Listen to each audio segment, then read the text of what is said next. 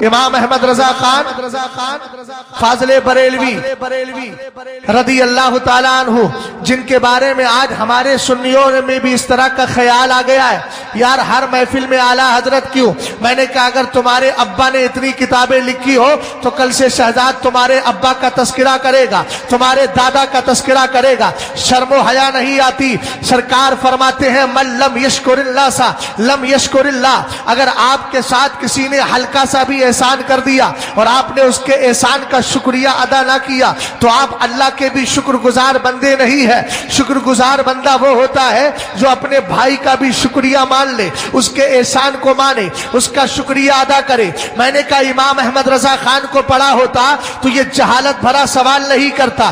بول تو صحیح، جب اللہ رب العزت کی پاکی پر حملہ ہو رہا تھا، تیرے دادا پردادا آرام سے سو رہے تھے، امام احمد رضا خان کتاب لکھ رہے تھے سبحان السبو، جب میرے نبی کے افضل ہونے کا انکار کیا جا رہا تھا، تیرے دادا پردادا سو رہے تھے، امام احمد رضا خان رات کی تنہائیوں میں کتابیں لکھ رہے تھے۔ کون ہے اعلیٰ حضرت؟ جنہوں نے 24 گھنٹے میں صرف 2 گھنٹہ آرام کرتے تھے، 22 گھنٹہ کتابیں لکھتے تھے۔ دیکھ تو صحیح، جب میرے سرکار کے افضل ہونے کا وہابی نے انکار کیا تب اعلیٰ حضرت نے کتاب لکھی، اردو میں نام رکھا، عربی میں تجلی الیقین بأن نبینا سید المرسلین۔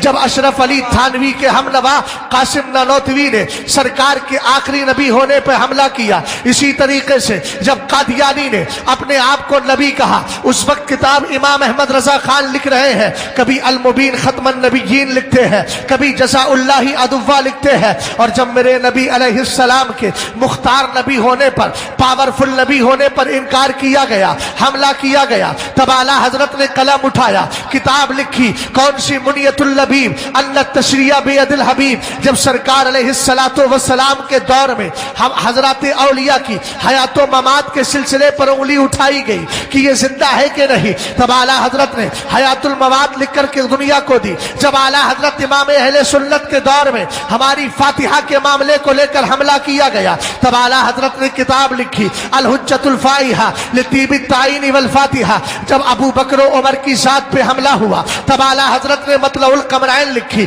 جب ابو بکر صدیق اکبر کی امامت پہ حملہ ہوا تب اعلیٰ حضرت نے غایۃ التحقیق لکھی۔ جب حضرت علی کی شان میں توحید کی گئی تب اعلیٰ حضرت نے تنزیہ المکانۃ الحیدریہ لکھی۔ اور جب میرے بچوں کو اسکول اور کالجوں میں یہ عقیدہ اور یہ نظریہ دیا گیا کہ زمین گھوم رہی ہے، تب اعلیٰ حضرت نے فوز مبین در رد حرکت زمین لکھی، نزول آیات فرقان بے سکون زمین و آسمان لکھی۔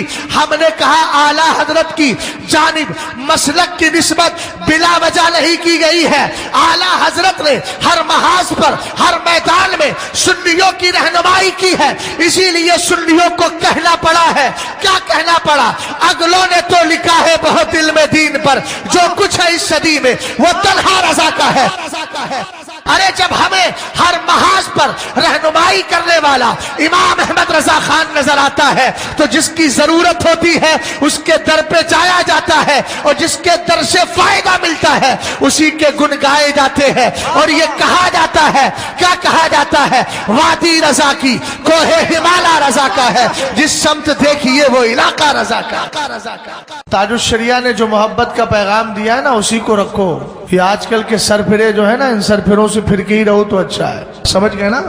کسی کو جو ہے سعودی ریال پریشان کرتا ہے تو کسی کو انڈین روپیز بھی پریشان کرنے لگتے ہیں، اور کسی کو اپنے 4-5 لوگ آس پاس بنانا کہ میرے یہ ہو جائے میرے وہ ہو جائے، ہاتھ پیر دبانے والے۔ ایسے لوگوں کو کچھ نہیں کرنے کا، انہوں نے نہ دین کا کام کیا ہے نہ کر پائیں گے، یہ فسادی ہیں، فساد ہی مچاتے رہیں گے۔ اپنے عقیدے کی حفاظت کرنا ہے تو کالا چشمہ لگاؤ جس کو گھوڑے والا چشمہ کہتے ہیں۔ اے بریلی میرا باب شریعت ہے تو، یعنی جلوہ گئے اعلیٰ حضرت ہے تو، بالیقین مرکز اہل سنت ہے تو، یہ تیری مرکزیت سلامت رہے۔ آپ بالکل ساری چیزوں کو چھوڑ کے مجھے بتا دو، اس وقت اپنی نسل کو